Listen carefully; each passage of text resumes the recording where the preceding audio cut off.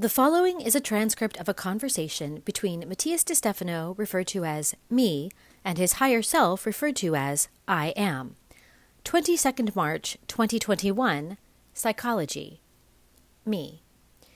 Today, I went to bed thinking about all the things we were talking about day after day, very personal things, emotions that we do not usually share with anyone. At least I feel as if when I write the post every day, I sit on the couch of a psychologist, although instead of being confidential, what I say is made public to thousands who read me. And I've had some comments from people who are amazed at the courage to share such personal things in an open way, something that at some point I mentioned that caught my attention, but that makes me see more and more how difficult it is for many to share their inner world. I was always struck by how many people call going to the psychologist as going to the shrink. Many people in the world consider that psychology, sharing and talking about personal conflicts, is almost considered crazy, schizophrenic, having a mental problem, and seeing that the other goes to the psychologist immediately seems to be a way of judging the sanity of this person. Anyway, in Argentina, this is a little different, at least in recent generations. Despite being a country with Catholic roots, what has differentiated it from the rest of the Latin countries, along with Uruguay, is that most people left the church to enter psychoanalysis. It is much easier to find people in Argentina who say they go to the psychologist as something normal and everyday than in other parts of Latin America, and yet it is still sometimes a taboo subject. For me, it was normal to grow up with the question of going to the psychologist. For me, it was like another class, like a normal extracurricular activity. But what makes people still have so much against psychology? I am. The simple fear of change. We could say that the greatest human fear is knowing the truth. That is, the truth of who we are, facing what lies within us. But this is too deep in reality, something that the average human fails to conceive in general.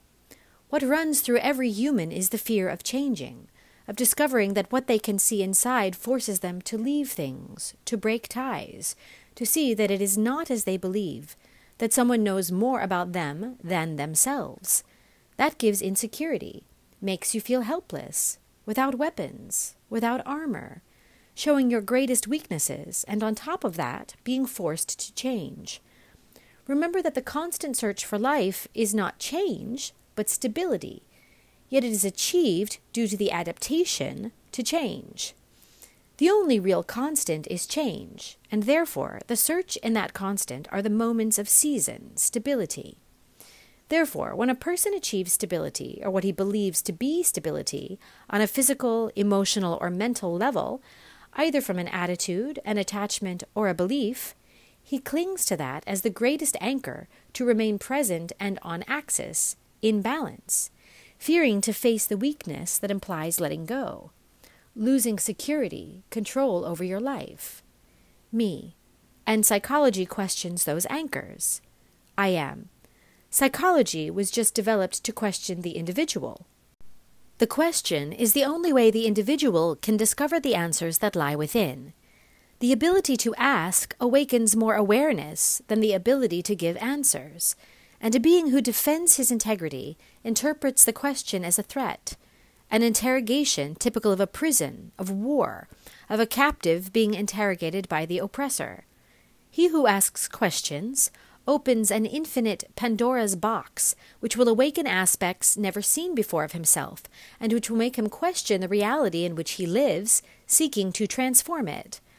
And this is something that breaks with collective security, because it goes beyond the norm, the public law established by a culture, making the world a die of an intention of normality. Being normal implies that the person follows a law attached to a cultural group, in a specific time and space. Whoever gets out of this normality becomes a madman. A madman, then, is one who goes out of his place, from the Latin locus, located. Whoever is not in the norm is misplaced. In English, crazy comes from crack, that is, breaking something that is broken into pieces, which is not complete. And the interesting thing is that in some places, this Anglicism is used as a synonym for genius.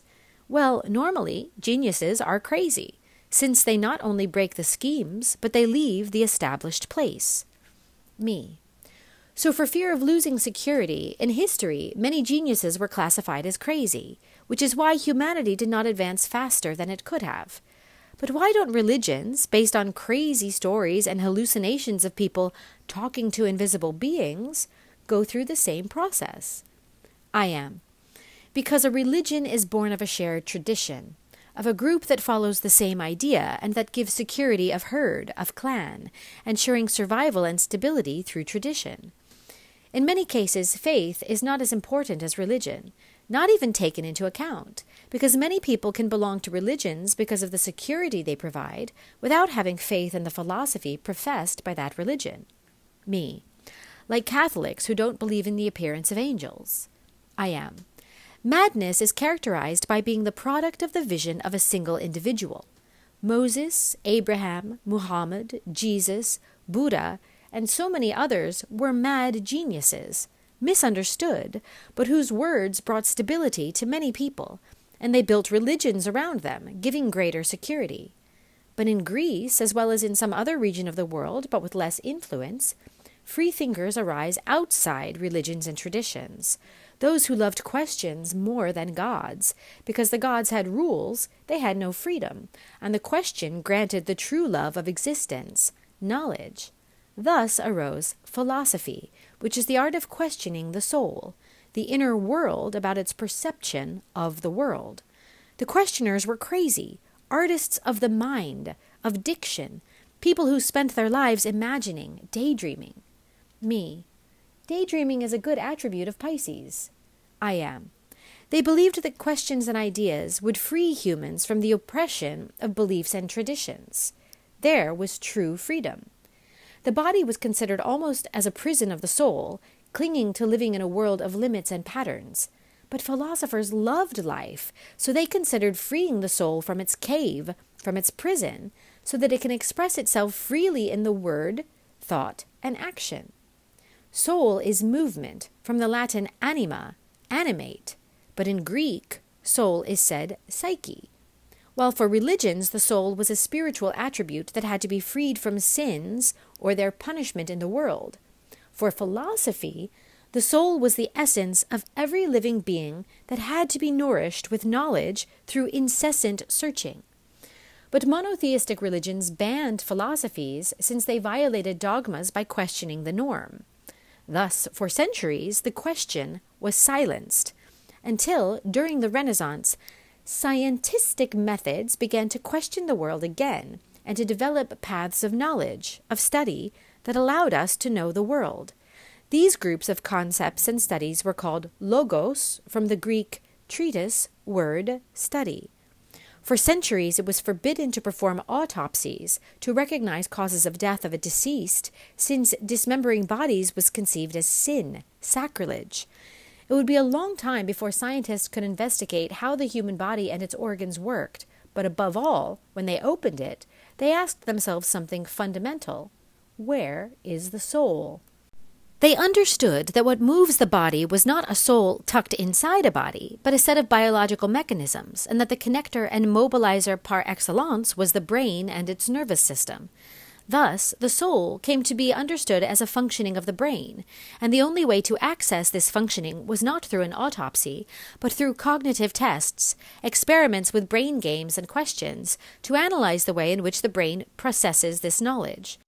To this, Wilhelm Wundt, in Germany in 1879, founded the first scientific laboratory for the analysis of the mind, and called his research psychology, the study of the soul.